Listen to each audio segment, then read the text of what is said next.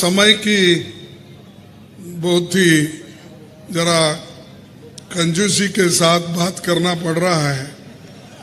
मैं तो वेट कर रहा था कि ये 8 बजे शुरू होने वाला है, तो मैं भागते भागते वाड़ी से निकल कर आया। थोड़ी देर लगेगी यहाँ पर मालूम होने के बाद हमने थोड़ा समय लिया, इसलिए मैं आपकी क्षमा चाहता हूँ, माफी चाहता हूँ।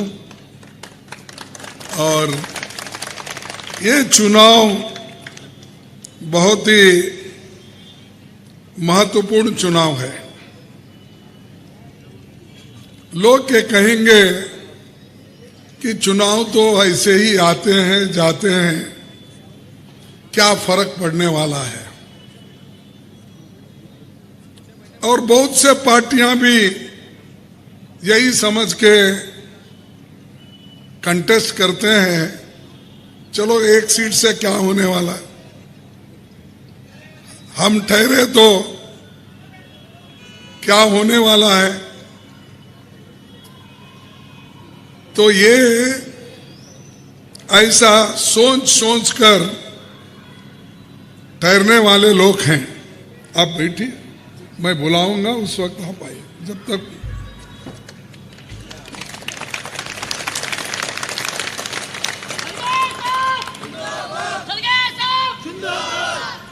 तो ये सोचकर बहुत से लोग इलेक्शन में ठहरे।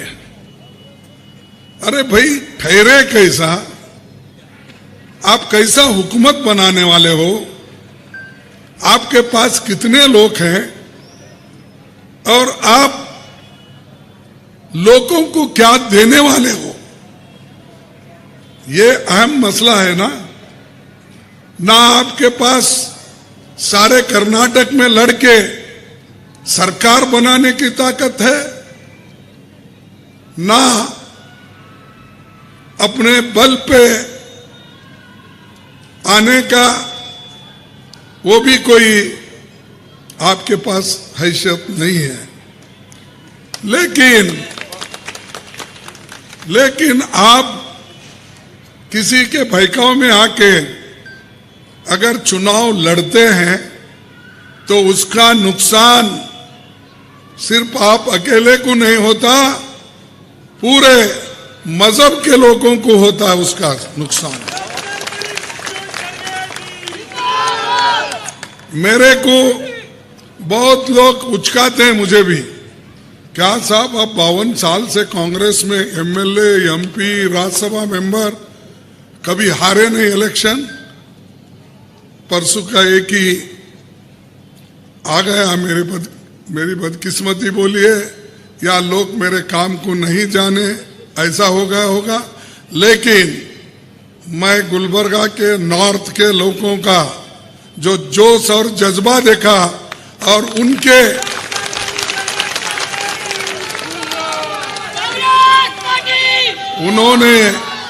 उन्होंने मजबूती से मेरे साथ ठहरा। लेकिन कभी कभी ऐसा होता ना, जब हम साथ में रहते हैं, हमेशा लोग बोलते हैं साहब आप आगे बढ़ो, हम आपके पीछे हैं बोलते हैं। लेकिन हम आगे बढ़ते जाते हैं, वो पीछे वाले कब ढकलते मालूम नहीं होता। तो वो ऐसा होता है। लेकिन आप हमेशा मेरे साथ रहे, पीछे नहीं या सामने नहीं। तो साथ रहने वालों का मैं देख सकता हूं, राइट को, लेफ्ट को, कौन है सामने, कौन है देख सकता, लेकिन पीछे वाले की सूरत देख नहीं सकता मैं, और कोई भी देख नहीं सकते। तो फिर भी हम ये सोच के चलते हैं कि हर आदमी, जब हर इंसान, उसके पास अच्छे गुण होते हैं, उसको अच्छी तालीम दी जाती है, वो खुश रहेंगे, अच्छे नियत के रहेंगे, सोच के ही चलते हैं। लेकिन चलो कभी कभी ऐसा धोखा होता है और आदमी अच्छा काम करने के बाद, अच्छी नीयत रहने के बाद भी वो हारता है, उस बात को मैं छोड़ देता हूं। लेकिन आज ये जो कर्नाटक की सरकार है, ये 40% करप्शन की सरकार है।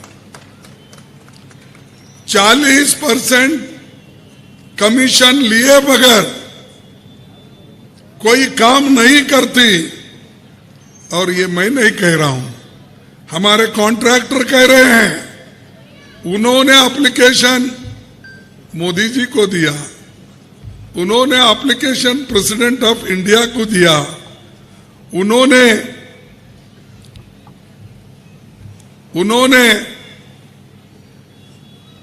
लोकायुक्त को दिया, गवर्नर को दिया, लेकिन मोदी साहब उसको नजरअंदाज किए। क्यों किए मुझे मालूम नहीं। उनका तो एक जुमला है, कौन सा? न खाऊंगा न खाने दूंगा। अरे भाई, खाने वाला तेरे बाजू में ही बैठा है। चीफ मिनिस्टर और उसकी टीम पूरे तुम्हारे आजू बाजू में है, फिर उसको खाने दे रहे हो और ऊपर से कहते हो मैं खाऊंगा न खाने दूंगा। आप वो खाऊंगा न खाने दूंगा तो ये जुमला बाहर बोल रहे लोगों को, लेकिन वो खा रहे हैं, तुम देख रहे हो। इसीलिए ये जुमला उन्होंने पहले कहा झूठ। और दूसरा एक बात है कि मोदी साहब हमेशा, मैं सच कहता हूं, मैं अच्छी सरकार देता हूं। ये कांग्रेस ने क्या किया? 70 साल सबको लूटा। ठीक है भाई, कांग्रेस 70 साल अगर लूटा, आप आके क्या कर रहे हो? कांग्रेस ने तो आजादी दिलाई, कांग्रेस ने तो कॉलेज, स्कूल, इंजीनियरिंग कॉलेज बनाए, कांग्रेस ने तालीम दी। आजादी के पहले 16% लोग पढ़े लिखे होते थे और हमारे एरिया में सिर्फ 12%। लेकिन आज पढ़े लिखे लोग 72% है। 72%। ये किसकी देन है? ये तो आजादी के बाद कांग्रेस ही है ना भाई। 70 साल में क्या किए बोल के पूछते हैं, हम यही किए। आपको पढ़ाया लिखाया, इंजीनियरिंग कॉलेज लाए, मेडिकल कॉलेज लाए, लाकर मोदी जी को भी पढ़ाए, शाह को भी पढ़ाए और उसी कॉलेज। क्योंकि ये आजादी के पहले तो पैदा नहीं हुए थे, ये तो आजादी के बाद में क्या है ना। फिर ये कौन से स्कूल में पढ़ते? हम बनाए तो स्कूल में ही पढ़ना ना। तो ये बार बार हमको पूछते, अब क्या करें, क्या करें? बर्बाद करें। अरे हम अगर बर्बाद करते, जमहूरियत को टिका नहीं सकते, या संविधान को, दस्तूर को, उसकी हिफाजत नहीं करते, मोदी साहब, शाह साहब, आप प्राइम मिनिस्टर और शाह जो होम मिनिस्टर बन ही नहीं सकते थे। आपने बना है, हमारे वजह से बना है, हमारे जमहूरियत के वजह से बना है, उसकी हिफाजत हमने की, हमारे दस्तूर के वजह से बना है। फिर भी हमको बोलते हैं क्या किया? अरे इनका दस्तूर तो ऐसा था कि पूछो मत। मैं और एक दिन बोलूंगा, ये चुनाव का है, थोड़ी सी बात को मेरे को नोटिस देते हैं, मेरे को धमकी देते हैं। ये बीजेपी के लोग मुझे मारना भी चाहते हैं, पूरे खानदान को साफ करना चाहते हैं। अरे करो भाई, हम तो मरने के लिए पैदा हो गए। क्या कोई आदमी 200 साल जीता है? कोई 150 साल जीता है? अरे उम्र ही हिंदुस्तान में जो है 70-72 साल की है। मैं तो अब बोनस में जी रहा हूं, 81 साल है मेरा 81 ईयर चल रहा है। और थोड़े दिन जीऊंगा। अगर आप लोग मरवाना चाहते हैं तो मरो, मैं डरूंगा नहीं।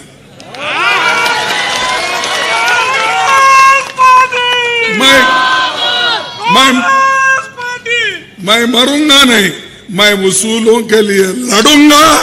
पार्लियामेंट में भी लड़ा हूं, अभी भी बाहर भी लड़ूंगा।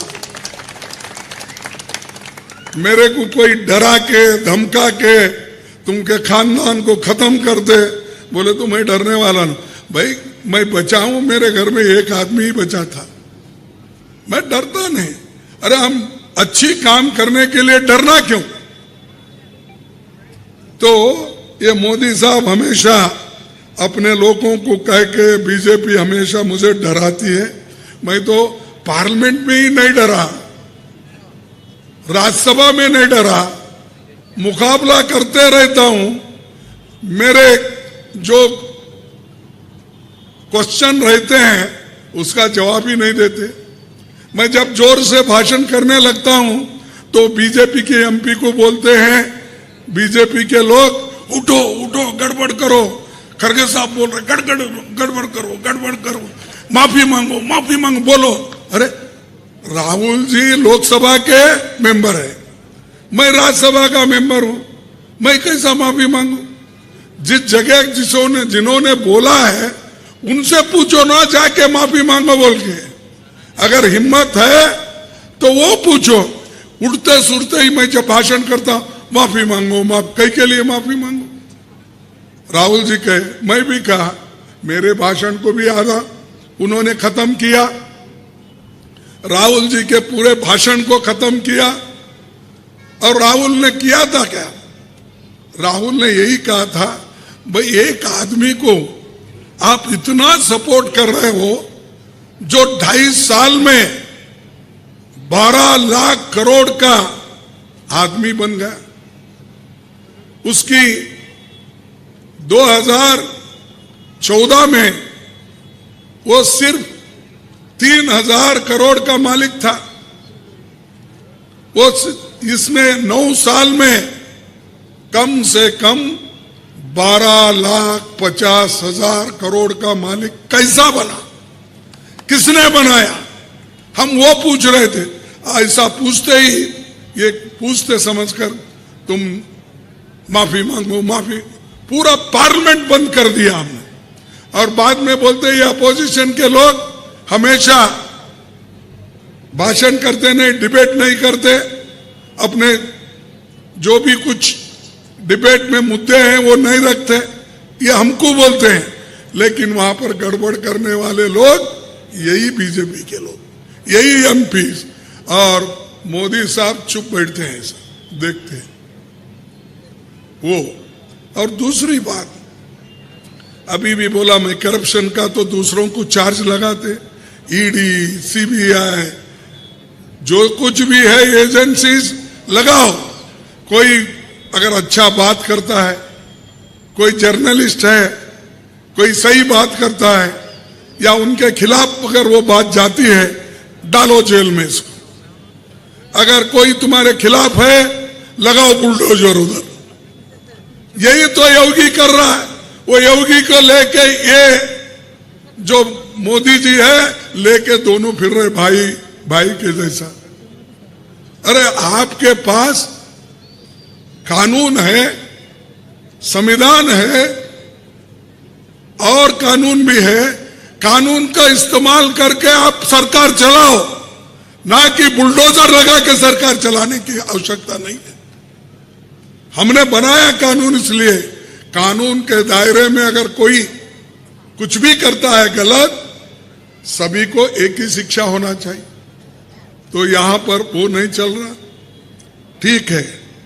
दूसरी बात, अनएम्प्लॉयमेंट तो इतना बढ़ गया देश में। मोदी जी तो बहुत बोले पहले, क्या बोले? पहले तो एक जुमला निकाले शुरू में, बाहर का काला धन लाकर मैं आप लोगों को 15-15 लाख दिलाऊंगा, आपके जेब में डालूंगा। बोले डाले हैं? नहीं भाई, डाले होंगे, आप झूठ बोल रहे हैं। नहीं, फिर प्राइम मिनिस्टर कैसा झूठ बोलता है? मैं बोलता हूं, वो बोलते हैं कि भाई खड़गे साहब अपोजिशन में झूठ बोलते बोलते, मैं सही बोले तो वो झूठ बोलते। लेकिन आपको मालूम होगा ना, प्राइम मिनिस्टर 15-15 लाख छुपके लाके आपके घर को दिया है, वो भी नहीं दिया। दूसरा, उन्होंने ये भी कहा हर साल मैं 2-2 करोड़ नौकरियां दूंगा। कहा कि नहीं? 2-2 करोड़ दिया, किसी को मिला? फिर मोदी वो भी झूठ बोला, ठीक है। और तीसरी बात उन्होंने कहा किसानों की आमदनी मैं दुगना करूंगा। किसी किसान की आमदनी दुगनी हो गई है? ये भी झूठ है, ठीक है। तो ये 3 झूठ तो हो गए। और किसानों को ये बोला फर्टिलाइजर मैं कम करता हूं, पेस्टिसाइड मैं कम करता हूं दाम उसके, ये बोला या नहीं बोला? ये 14 झूठ हो गया। 5वां, और बहुत है ऐसे। और उन्होंने ये कहा हमारे माँ बहना इतने परेशान हैं, जब मैं गांव में जाता हूं, वो जब देखता हूं औरतें चूल्हे के सामने बैठते हैं, लकड़ी जलाती रहती है, धुआं आंखों में जाता है तो उनके आंखों से पानी निकलता है। तो इसीलिए मैं, और जब वो चूल्हे में उपली लगाते हैं, वो धुएं से भी उनके आंखें खराब होते हैं और उनके आंखों से पानी निकलता है। वो देखकर मुझे रोना आ गया। मैं नहीं बोल रहे, मोदी के शब्द है। तो मेरे आंखों में पानी आ गया। इसीलिए मैंने तय किया मेरे माँ बहनों को मुफ्त में 1 सिलेंडर देते जाऊंगा। क्या है भाई अब सिलेंडर की कीमत? 1200। हमारे जमाने में 410 रुपए था, अब मोदी जी के जमाने में 12। ये भी झूठ है क्या सच है? ये तो देखिए, हमारे महिलाओं को ऐसा ही बोला, नौजवान साथियों को बोला, किसानों को बोला, छोटे मोटे व्यापारियों को बोला, मैं मुद्रा योजना लाके बैंक से सबके कारोबार ठीक करने के लिए मैं ये नोटबंदी कर रहा हूं, और नोटबंदी के बाद उन सबको पैसा बैंक से कर्जा मिलेगा, वो लोग खुशहाली रहेंगे। कोविड में भी जो नुकसान हुआ वो भी हम भरपाई कर सकते, लोगों को काम मिलता है। ये किसने कहा? ये भी मोदी जी ने कहा।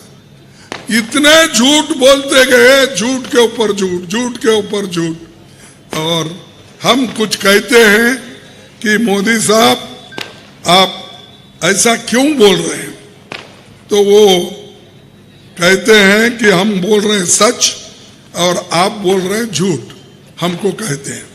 लेकिन और एक बात मैं आपको बताना चाहता हूं, उनके जितने भी वायदे थे उन्होंने नहीं किया। हमारी सरकार जब थी उस वक्त भी हमने वायदे निभाने की पूरी कोशिश की। हमने छोटे मोटे लोगों को, गरीबों के लिए, माइनॉरिटीज के लिए 4% रिजर्वेशन रखे थे, वो भी निकाल दिया इसके सरकार ने, बम्बई के सरकार ने। क्यों भाई? अरे वो तो 20 साल से चल रहा था, ऐसी कौन सी आपके ऊपर आपत आग पड़ी? वो 4% माइनॉरिटी का भी आप निकाल देते। अगर मेरी सरकार आएगी वो 4% बराबर हम दिला के देंगे। जैसा मैं संविधान को, दस्तूर को बदल के आप 7 जिले के लोगों को आर्टिकल 371(j) करके दिया, उससे नौकरियां मिल रहे, मेडिकल कॉलेज सीट मिल रहे, इंजीनियरिंग से मिल रहे या नहीं? तो ये हम दस्तूर बदलने का काम 7 जिले के लोगों को किया और आज वो कुछ आपने क्या किया हमारे एरिया के लिए? मोदी जी, बोम्मैया जी, आप क्या किए? इधर ना डेवलपमेंट के लिए पैसे दिए, ना रोड के लिए दे रहे हैं, ना इरिगेशन के लिए दे रहे हैं, ना इंडस्ट्री के लिए दे रहे। क्या है? सिर्फ कमीशन मारना, केस डालना। अब कितने केस डालने दो, और उस केस को तो हम फेस करेंगे। लेकिन एक बात जरूर कहूंगा कि जमहूरियत में जब तक हम मिलके नहीं रहेंगे तब तक किसी को फायदा नहीं होगा। ये बहुत इंपॉर्टेंट है। किसी को टिकट मिलता है, किसी को नहीं मिला। मैं 52 साल से मेहनत कर रहा हूं। कभी मुझे क्या है कोई बड़ा हुद्दा कर्नाटक में मिला? मैं कभी नाराज हुआ? कोई कितने लोग मुझे भी उचकाने की कोशिश करे, साहब आप 52 साल से हैं, आप चीफ मिनिस्टर क्यों नहीं बन रहे? अरे चीफ मिनिस्टर एक ही बड़ा हुद्दा है क्या? जनता के हित में मैं चीफ मिनिस्टर नहीं था, आर्टिकल 371 जे करके दिया। कोई चीफ मिनिस्टर नहीं कर सकता था। बहुत से चीफ मिनिस्टर तो बन के गए, कोई किया क्या? उसको कमिटमेंट होना, आइडियोलॉजिकल कमिटमेंट जिसके पास होता है वो किस ना किस रास्ते से कुछ रास्ता निकाल के करता है। मैं नहीं ये कर रहा हूं कि मेरे पास जादू है, सब कुछ करके दूंगा, आप वोट दो। नहीं, जो होता है मैं जरूर करूंगा, करते आया हूं और कल भी करूंगा, मरते दम तक करूंगा। और अब समय भी समाप्त होने आ रहा है, फिर भी मैं एक चंद बातें बोलूंगा। क्या है कि पार्लियामेंट में मैं भाषण कर रहा था, तो भाषण के वक्त मैं एक शायरी पढ़ा। शायरी पढ़ने के बाद मेरे को एक नोटिस दिया चेयरमैन साहब, वो बोले, और वो पूरा निकाल दिया, मेरा भाषण ही निकाल दिया। अरे मैं बोला कि शायर की शायरी है, मेरी नहीं है, तुम मेरे भाषण को क्यों खत्म कर रहे हो?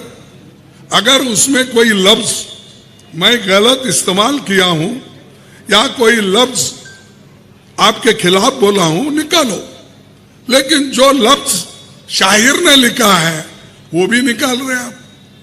तो वो शायरी ये थी, नजर नहीं है नजारों की बात करते हैं, नजर नहीं है नजारों की बात करते हैं, जमीन पे चांद सितारों की बात करते हैं।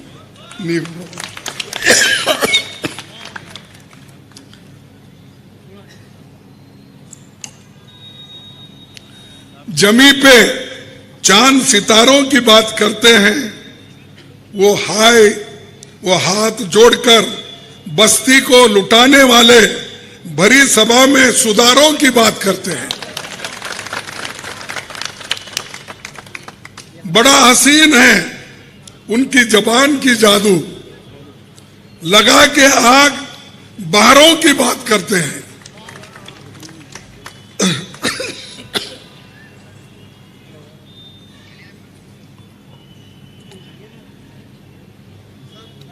मिली कमान तो अटकी नजर खजाने पर, मिली कमान तो अटकी नजर खजाने पे 40%। नदी सुखा के किनारों की बात करते हैं, वही गरीब बनाते हैं आम लोगों को, वही गरीब बनाते हैं आम लोगों को, वही नसीब के मारे की बात करते हैं, वही नसीब की मारे की बात करते हैं। इसमें बोलो उनके खिलाफ क्या है भी? ये नजर मैंने पढ़ा, इसको पूरा निकाल दिया उन्होंने पार्लियामेंट से कि उनको क्या नुकसान है इससे। ये ऐसे यानी सच बात रखने के लिए भी ये लोग हमको मौका नहीं देते, लेकिन हम लड़ते रहेंगे आखिरी दम तक। जब तक सांस है हम पूरे हमारे जो भी आइडियोलॉजी है उस आइडियोलॉजी पे हम करते रहे। तो इसलिए मैं दोस्तों और माँ बहनों और दूर दूर सुनने वाले मेरे माता और बहनों को भी ये कहना चाहता हूं कि आप खनीज फातिमा जी को चुन के लाओ और हम पूरा पार्लियामेंट में, असेंबली में, जब हमारी यहाँ पर स्टेट में सरकार आएगी, हम पूरा काम करने का मौका मिलेगा और वो करके हम बताएंगे। इसीलिए आप सभी लोग उनको वोट देना चाहिए।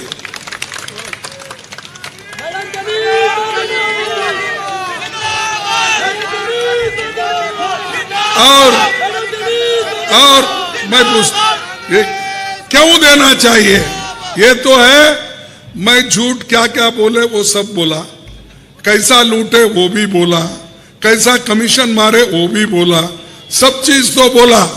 शायरी भी एक बोला तुम्हारे को समझ में आने के लिए भी, वो भी कहा। तो मोदी को तो समझ में नहीं आता, कम से कम आपको समझ में आता है, तो इसलिए मैं बोला। अब दूसरा, हम क्या करने वाले हैं? हमारी हुकूमत जब आएगी, कैबिनेट बनेगी, पहले ही कैबिनेट में 5 हमारे वायदे हैं, गारंटी है। वो 5 गारंटी को हम अमल में लाएंगे। एक गारंटी है गृह ज्योति। गृह ज्योति 200 यूनिट जो भी जलाते हैं उनको फ्री, कोई बिल भरने का नहीं है। दूसरा, गृह लक्ष्मी, जो हमारे माताएं हैं, जिस घर में उनका घर देखते हैं, उनके नाम से उनके अकाउंट में 2000 रुपए हर घर को हम देंगे। ये वायदा हमारा है। तीसरा, अन्न भाग्य। अब ये बोम्मैया की सरकार बीजेपी की आके 7 को 5 कर दिए। अरे हम तो 5 का 7 कर रहे थे ना, 7 का 5 कर दिया। हम 10 केजी फ्री राइस देंगे और ये हमारा वायदा है। युवा निधि, हर ग्रेजुएट को जिसको एम्प्लॉयमेंट नहीं, वैसे डिप्लोमा होल्डर और वैसे ग्रेजुएट को महीना 3000 रुपए 2 साल तक देते रहेंगे और डिप्लोमा होल्डर को 1500 रुपए देंगे। तो ये हमारा चौथा वायदा है। 5वां वायदा ये वो है, बस में हमारे माँ बहनों, हमारे बच्चियां कभी स्कूल जाते, कॉलेज जाते, हॉस्पिटल को जाने वाले लोग रहते, उनके पास रोज रोज का पैसा नहीं रहता है। इसीलिए हमने तय किया हमारे माताओं को, बहनों को फ्री बस पास। पूरे कर्नाटक में हमारे माँ बहनों को फ्री पास। कम से कम इससे हमारे माँ बहनों को ये फायदा होगा। कम से कम उन्होंने तो तालियां बजाने दो, कम से कम हमारे पास। और वो जो 2000 रुपए देने वाले हैं, आप इनको मत दीजिए, इधर वालों को, नहीं तो मुश्किल में पड़ जाएंगे। तो ये हमारे 5 वायदे हैं। हम 5 वायदे निभाएंगे और करेंगे। इस पे मोदी साहब हमेशा बोलते हैं, कैसा क्या गारंटी है? ना उसमें गारंटी है ना वारंटी है बोलते। अरे भाई, यही बात आप बोले थे पार्लियामेंट में जब हम फूड सिक्योरिटी एक्ट लाए थे, जब सोनिया गांधी ने, मनमोहन सिंह जी ने गरीबों के लिए अनाज देने की जब बात की, 2-3 रुपए में 1 केजी, उस वक्त भी आपने यही लोग अपोज करे। ये कैसा होता है, कहां से बजट लाते? हम तो दिया ना, देने के बाद हर राज्य में कोई 2 रुपए, कोई 1 रुपए, कोई फ्री करने लगा। तो हम करे हैं, दिखाए हैं, लोगों को खिलाए हैं, पेट भर के खाना खाए हैं। जब उनको फिर कम गिराया, आपने उसको फिर निकाला, हम उसको फिर मजबूती के साथ 10 केजी लाने का काम हम कर रहे हैं। इसके वाला हमें ये तो बहुत बातें करते हैं कि चुनाव में मैं अहमदाबाद गया था, गुजरात का चुनाव हो रहा था, तो मेरे भी कैंडिडेट थे, तो मैं इधर उधर घूम रहा था। तो मोदी साहब भी जरा मास्टर है ना फिरने में, घूमने में, तो उन्होंने भी जैसा अपने अप्पा का तालाब यहाँ है ना, वैसा वहाँ अहमदाबाद में एक बीच तालाब है, उसके आजू बाजू में ये रोड शो निकाले, ऐसा ऐसा ऐसा करके। रोड शो कहाँ चौक आती है वहां ठहरना और भाषण करना। भाइयों बहनों, मैं इस भूमि का पुत्र हूं, मैं गुजराती हूं, गुजरात का पुत्र हूं, इसीलिए मुझे आप चुनना चाहिए, नहीं तो मेरी दिल्ली में बेइज्जती होती, क्योंकि गुजरात अगर हारता तो। ये उन्होंने कहा। अब वो बोले गुजरात का पुत्र है, वहां का भूमि पुत्र है, तो मैं क्या कर्नाटक का पुत्र नहीं, भूमि पुत्र? अरे जो हक तुम्हारे को है कहने का, मुझे भी वही है। मैं भी गुलबर्गे में पैदा हो गया हूं, मैं इस मट्टी का ही आदमी हूं, मैं भी भूमि पुत्र हूं। तो इस बार मोदी मेरे फेवर में प्रचार करेंगे, क्योंकि मैं यहाँ का भूमि पुत्र हूं ना। उन्होंने वहां का भूमि पुत्र समझ के वोट मांगा था। अब मल्लिकार्जुन खड़गे कर्नाटक का भूमि पुत्र है। तो भाइयों, ऐसी ऐसी बातें करके वो कभी गुजरात में गए तो वो बोलते हैं, यहाँ आते हैं तो कभी बोलते हैं कि समाज में गई तो एक तुम्हारा भाई यहाँ है, दूसरा भाई वहाँ है। कभी किसी को बोलते हैं एक तुम्हारा पुत्र यहाँ है, दूसरा पुत्र दिल्ली में है। ऐसी बातें करते रहते हैं। तो ये आप ऐसा बोलिए, आप प्राइम मिनिस्टर हैं, आपकी पॉलिसी क्या है, आपका डेवलपमेंट एजेंडा क्या है? हमारे गुलबर्गे के लिए, हमारे कर्नाटक के लिए आपने कितने पैसे दिए, कितने कारखाने लाए, कितना इन्वेस्टमेंट लाए, कितने लोगों को एम्प्लॉयमेंट दिए, ये बोलो ना। करोड़ों लोग बच्चे आज बेकार हैं और पूरे हिंदुस्तान में 30 लाख वैकेंसीज है, 30 लाख। वो मोदी साहब नहीं भर रहे। 2-2 करोड़ की तो छोड़ो, कम से कम 30 लाख सरकारी नौकरी तो भरो ना। और यहां कर्नाटक में 2,60,000 नौकरियां हैं। फिर बोम्मई साहब को बोलो नौकरी भर्ती करो। हमारे 2,60,000 बच्चों को नौकरी मिलती है, अच्छी नौकरी मिलती है, अश्योर्ड जॉब मिलता है, वो क्यों नहीं कर रहे? नए देने का छोड़ो, है सो नौकरी भी ये लोग निकाल ले रहे। क्योंकि अगर ये नौकरी दिए तो किसको जाएंगे? रिजर्वेशन के तहत गरीब लोगों को जाएंगे। इसीलिए वो नहीं चाहते कि ये नौकरियां भरे। तो ये उनका मंशा है। इसीलिए वो यही चाहते हैं कि किसी ना किसी वजह से वो देश को तंग, गरीबों को तंग और बर्बाद करना चाह रहे हैं, और उसी लाइन पे वो चल रहे हैं। अब चुनाव में तो कर्नाटक में कितने बार आए, कितने मीटिंग के, सब आपको मालूम है। एक प्राइम मिनिस्टर इतने बार आता है, गुलबर्गा जैसे शहर में 3-3 मीटिंग, 4-4 मीटिंग करे, सुरपुर में एक करे, मलकेड़ में एक करे, गुलबर्गा में एक करे, उधर एक इधर एक, कहाँ नहीं गए, गली छोड़े नहीं, कुछ भी नहीं छोड़े। और जब मैं गुलबर्गा का सीट मेयर का हारा तो दावणगेरे में बोले खड़गे जी के गढ़ में फूल खिला, ये बोले हो, आप सुने नहीं होंगे दावण। तो इज्जत मेरी गई कि आपकी गई? तो हमारी मेजॉरिटी थी, इसके बावजूद उन्होंने एमएलसी लोगों को, बाहर के लोगों को लाके मेंबर बनाया। जनता हमारे को साथ दी, जनता हमको मेजॉरिटी में चुन के लाई।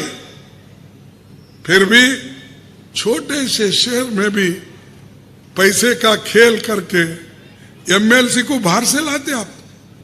यहां के लोगों को करो, मैं मानता हूं, लेकिन बाहर के एमएलसी को मेंबर बना के, वोटर बना के आप एक वोट से जीतकर डंगोरा पिटवाते हो मैसूर में, दिल्ली में, और खड़गे जी के कॉन्स्टिट्यूंसी में फूल खिला, उनका किला टूट गया। अरे मेरा किला मेरे लोग हैं, तुम्हारे हाथ से क्या होता तोड़ने का? जब तक लोग मेरे साथ हैं तब तक इस किले को कोई तोड़ नहीं सकता। ये मेरा किला नहीं, लोगों ने जैसा बिल्डिंग बनती है ईंट के ऊपर ईंट रख के, दरवाजे लगा के तब घर बनता है, वैसा किला हमारे लोगों से जोड़ते हुए बना हुआ किला है। इसको कोई उखाड़ के फेंक नहीं सकता, उतना दम किसी के पास नहीं है। तो भाइयों, ये एक है। और झगड़ा चल रहा है मणिपुर में, वोट मांग रहे यहां पर। अरे एक प्राइम मिनिस्टर, आप वोट के लिए यहां फिर रहे हो, तो मणिपुर में दंगे हो रहे, 54 लोग मर गए, कश्मीर में जवान मर गए, टेररिस्ट फिर शुरू हो गए। वो मणिपुर में वैसा ही चल रहा। लेकिन बहादुर यहां हर जगह 56 इंच छाती लेके घूम रहे। अरे देश के हिफाजत की बात करते हैं तो सिर्फ क्या वोट मांगने के लिए करते हैं? सिर्फ वोट के लिए आप यहां घूम रहे, गली गली घूम रहे हो, और वहां मणिपुर में नहीं जा रहे हो। तो इसीलिए भाइयों और बहनों, मेरा टाइम भी हुआ, फिर मेरे को नोटिस आ जाएंगे, अभी 3 मिनट बाकी है। इसीलिए मैं यहीं अपनी बात को खत्म करता हूं, क्योंकि इन्होंने ना देश संभाल सके, ना लोग संभाल सके, ना करप्शन कम कर सके, ना किसानों को मदद कर सके, और ना माइनॉरिटी के जो रिजर्वेशन के लिए इन्होंने अपना मुंह भी नहीं खोला। तो हर चीज में ये सरकार एक बेकार सरकार है, इसको उखाड़ के फेंकना चाहिए नहीं? सभी हाथ उठाओ, उधर के लोग नाराज दिखते उधर सभी। तो ये काम 10 तारीख को आप करना है, सुबह उठते ही लाइन लगाना है, और खनीज फातिमा जी को जिताकर आप बेंगलोर भेजना है, और हमारे एमएलए भारी बहुमत से उनको चुन के लाइए।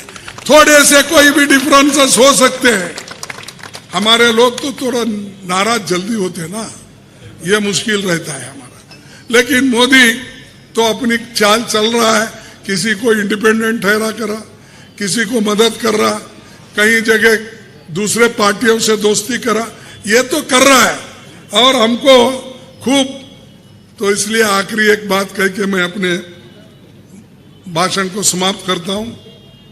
मोदी जी, खूब करो कोशिश हमको मिट्टी में दबाने की। मोदी जी, आप खूब करो कोशिश हमको मिट्टी में दबाने की। हम बीज है, बार बार उगते रहते हैं। क्या बात।